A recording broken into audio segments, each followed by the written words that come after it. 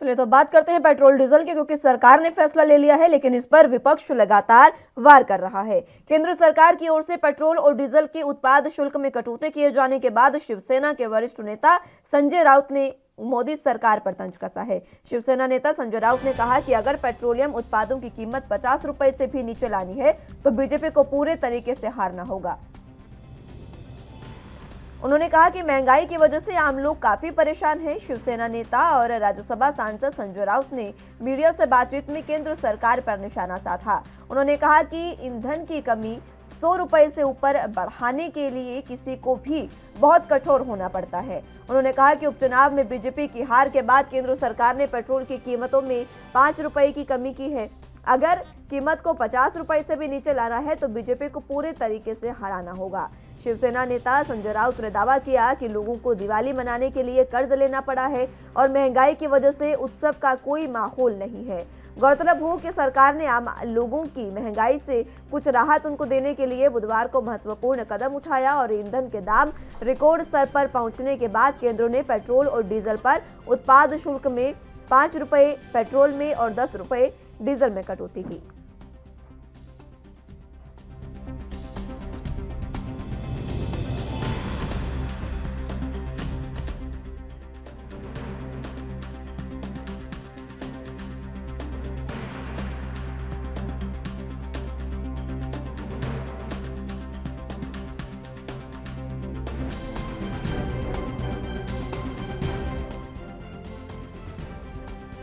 क्या है जनता की आप मजाक उड़ा रहे हो क्या? पेट्रोल डीजल 100 रुपये के ऊपर चला गया है। लाखों करोड़ों रुपए का आपने फायदा लिया है उससे देश की तिजोरी में। और जब आप देश में केंद्र सरकार ने एक्साइज ड्यूटी कम कर पेट्रोल की कीमत में 5 रुपये कमी की है, 10 रुपये डीजल की कीमत कम की, और ये कहा जा रहा है कि ये दिवाली का तोहफा है। जेब काट रहे हैं, थोड़ा जेब कम कटेगी और कहा जाता है ये दिवाली का तोहफा है। देश में एक आंदोलन शुरू हो गया है, बीजेपी हराओ दाम घटाओ, और देश की जनता समझ चुकी है कि लूट मची है, इसलिए चुनाव हराने का काम जनता कर रही है। आने वाले दिनों में भी लोग हराएंगे और दाम कम होंगे। ये बीजेपी कह रही कि राज्य सरकार हमारी है, जगह जगह दाम कम कर रही है। हमारे 30,000 करोड़ रुपए जीएसटी के देते नहीं। जो नुकसान किसानों का है, तूफान का पैसा है, अतिवृष्टि का पैसा है, वो हमें दिया नहीं जाता। एनडीआरएफ के पैसे दिए नहीं जाते। महाराष्ट्र की सरकार कैसे आर्थिक रूप से परेशान हो, ये कोशिश की जाती है। अगर बीजेपी ने ये तय किया कि 2014 के पहले जो यूपीए का कर प्रणाली थी, अगर वो स्वीकारने के लिए बीजेपी तैयार है तो महाराष्ट्र सरकार उस प्रणाली पे आगे काम। चलिए तो सरकार का फैसला और विपक्ष का वार, इसी पर चर्चा की शुरुआत करते हैं। हमारे साथ दोनों गेस्ट मौजूद हैं, उनका तारुफ आपसे करवा देते हैं। शुभेंदु शेखर अवस्थी से हमारे साथ बीजेपी से प्रवक्ता मौजूद हैं और इसी के साथ सीके ठाकुर जी हमारे साथ नेता कांग्रेस से मौजूद हैं। आप दोनों का बहुत स्वागत है सर एनबी न्यूज पर। लगातार जिस तरीके से पेट्रोल और डीजल की कीमतें बढ़ी, सीके ठाकुर जी आपके पास मैं इस सवाल के साथ आऊंगी। पेट्रोल और डीजल की कीमतें जब बढ़ रही थी तब सीधे तौर पर कांग्रेस ये कह रही थी कि अगर केंद्र सरकार ये पहल करती है तो ये नजीर पेश होगा, और उसके बाद कांग्रेस ये जो तमाम चीजें केंद्र सरकार करेगी उसके बाद कांग्रेस भी अपने कांग्रेस शासित राज्यों में कुछ ना कुछ कटौती जरूर करेगी। केंद्र सरकार ने तो फैसला ले लिया, लेकिन कांग्रेस की ओर से अभी भी कोई बयान सामने नहीं आया है इस तरीके का, लेकिन हाँ, आरोप प्रत्यारोप जरूर किए जा रहे हैं। सबसे पहले दीपावली की हार्दिक शुभकामनाएं आपको, मुस्कान जी, तमाम हमारे सामने शुभेंदु जी को भी दिवाली की हार्दिक शुभकामनाएं। हाँ जी, मैं चाहता हूँ, ये भारतीय जनता पार्टी की कैसी नीति है कि 5 रुपया और 10 रुपया महंगाई को, पेट्रोल और डीजल की महंगाई को चरम पे बढ़ा करके थोड़ा सा घटा देना। वह तो वही बात हो गई कि 4 रुपया 99 पैसा, 5 रुपया नहीं बोल करके 4 रुपया 99 पैसा वाली बात हो गई। तो ये इससे कुछ होना नहीं है।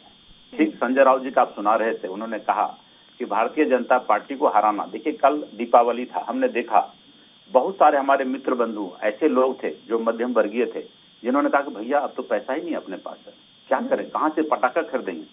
मतलब बच्चों को कहाँ से पटाखा ला करके दें, कहाँ से मिठाई ला करके दें, ये स्थिति आ गई है। महंगाई इतना चरम पर है कि लोग, आप देखे होंगे, अब इस बहाने भारतीय जनता पार्टी के लोग, प्रधानमंत्री मोदी जी कहेंगे चलो अच्छा हुआ, कम से कम महंगाई बढ़ी तो पटाखा छूटा और पॉल्यूशन कंट्रोल हो गया। ये एक उनका प्लस पॉइंट आएगा, इसको इस प्लस जोड़ेंगे वो। लेकिन ये नहीं है, ये देश की जो जनता है, देश के जो मध्यम वर्ग के लोग हैं, जो गरीब लोग हैं, बिल्कुल ही नाराज हैं। उनको लगता है कि अब हम कहाँ से अपने बच्चों का लालन पालन करेंगे, कहाँ से स्कूल का फी भरेंगे, कहाँ से बच्चों को खिलाएंगे, कहाँ से हम उसका लालन पालन करेंगे। ये बहुत बड़ी समस्या आ गई है। तो ये 5 रुपया और 10 रुपया से कुछ होना नहीं है। ठीक है, अभी प्रधानमंत्री जी ने घटाया है, कांग्रेस शासित राज्य में भी अब उस उत्पाद शुल्क पे हम लोग घटाने की कोशिश करेंगे। लेकिन सबसे अच्छा होता है कि जीएसटी इसमें लागू हो जाता तो बड़ी बात होती। ये उनको पहल करना चाहिए था। मुस्कान जी, ठीक है, आप घटाने की कोशिश करेंगे, लेकिन सवाल यही है कि आखिर घटाएंगे कब? केंद्र सरकार ने तो दे दिया तोहफा दिवाली का जनता को, लेकिन कांग्रेस की ओर से ऐसा कोई तोहफा नहीं दिया गया है। मैं शुभेंदु जी आपके पास आना चाहूंगी। देखिए, जिस तरीके से लगातार ये बातें कांग्रेस द्वारा कही जाती थी, लेकिन अब आप पर आरोप सीधे तौर पर यह है, आरोप नहीं कहूंगी इसे, क्योंकि संजय राउत का बयान आपने भी सुना, उन्होंने एक ही बात कही कि अगर जनता को पेट्रोल और डीजल की कीमत 50 से भी कम पर लानी है तो बीजेपी को 2024 के चुनावों में पूरे तरीके से हराना होगा, क्योंकि उपचुनावों में हार के बाद बीजेपी ने यह फैसला लिया। कल प्रियंका गांधी ने भी यही ट्वीट किया था कि यह डर से लिया गया फैसला है। मैं आप ही से जानना चाहूंगी ये तमाम चीजें। देखिए, ये लोग विपक्ष हैं और मुस्कान जी पहले के कारण इनको विपक्ष की बातें बोलना इनकी अपनी एक परेशानी है और इनका एक अपना, जिसको कहे, इनकी ये विपक्ष में है तो विपक्षी बातें ही बोलेंगे। संजय राउत जी जो बोल रहे थे और उनकी बोलने पर पूरे भारत में किस तरीके से टिप्पणियां होती रही हैं पीछे, इसलिए हम बहुत ज्यादा सीरियसली नहीं लेते हैं। आपको मालूम है कि जो व्यक्ति इन्हीं की सरकार में, महाराष्ट्र की सरकार में, वाजिब को कहा जाता है कि 20 करोड़ रुपए प्रतिदिन आपको इकट्ठा करना है और लोगों से जबरन खींच के लाना है। देशमुख साहब भी जेल में है और जो लोग उनको करा रहे थे वो लोग भी भागे दौड़े घूम रहे हैं।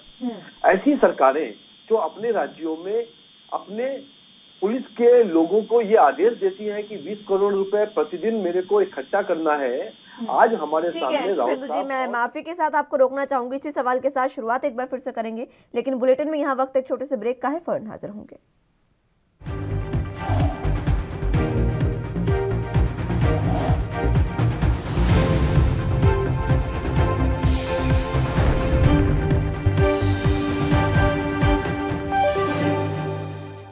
ब्रेक के बाद एक बार फिर से स्वागत है आप सभी का। तो सरकार का फैसला और विपक्ष का वार। विपक्ष लगातार वार कर रहा है कि सरकार ने जो कटौती की है वो डर के लिए की है, क्योंकि आगामी लोकसभा चुनाव भी नजदीक है और विधानसभा चुनाव भी आने वाले हैं। दोनों गेस्ट हमारे साथ मौजूद हैं। अवस्थी जी, आप अपनी बात पूरी करें। मैं यही कहना चाह रहा था कि 20 करोड़ रुपए प्रतिदिन इकट्ठा करने वाले लोग जिन्होंने अपने घरों को भर लिया है, एक बार भी राउत साहब ने जवाब नहीं दिया। वाजी का केस आप पढ़ रहे हैं, अजीत पवार के पास 1000 करोड़ की प्रॉपर्टियों का हिसाब किताब मिला है।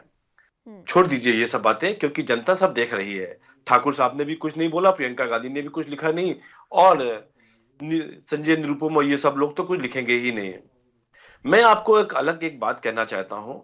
आज जो प्राइस कम किया गया परसों को, उससे 45,000 करोड़ का पूरे देश के ऊपर फर्क पड़ता है। कोई छोटा मोटा फर्क नहीं पड़ता। 45,000 करोड़ लगभग उतना ही पैसा है कि पूरे वैक्सीनेशन में लगभग 50,000 खर्च हुआ है। ये चीजें इनको समझ में नहीं आएंगी, क्योंकि ये लोगों ने घाटे पर सरकारें चलाई हैं और पूरे कहते हैं जीडीपी पर 0.5% का फर्क पड़ता है। 0.2 से लेकर 0.5% तक का फर्क पड़ता है।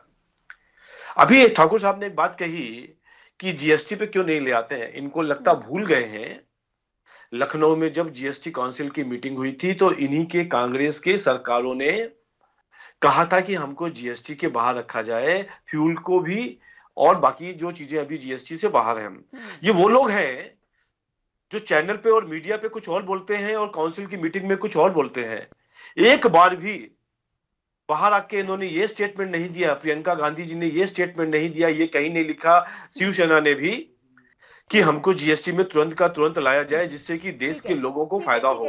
ये वाजिब सवाल है अवस्थी साहब। इन सवालों के साथ मैं लौटूंगी ठाकुर साहब आपके पास, लेकिन हाल एक छोटे से ब्रेक के लिए रुकेंगे, फौरन हाजिर होंगे।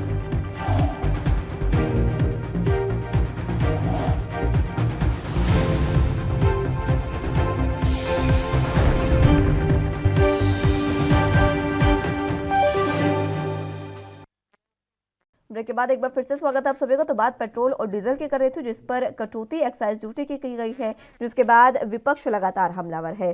दोनों गेस्ट हमारे साथ मौजूद हैं, उन्हीं का सीधा रुख कर लेते हैं।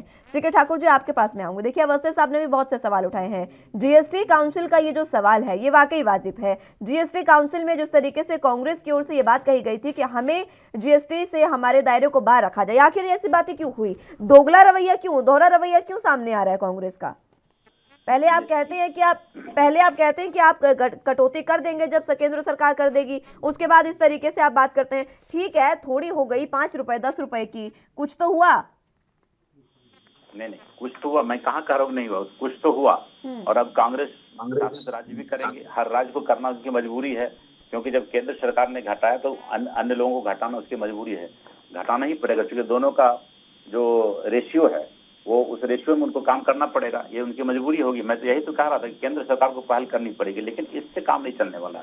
ठीक है, 45,000 करोड़ रुपया का बोझ पड़ता है, लेकिन अन्य माध्यम से पैसे को वहां जुगाड़ किया जाएगा, लेकिन जनता पे बोझ नहीं देना है। यही तो मेन बात हो रही है।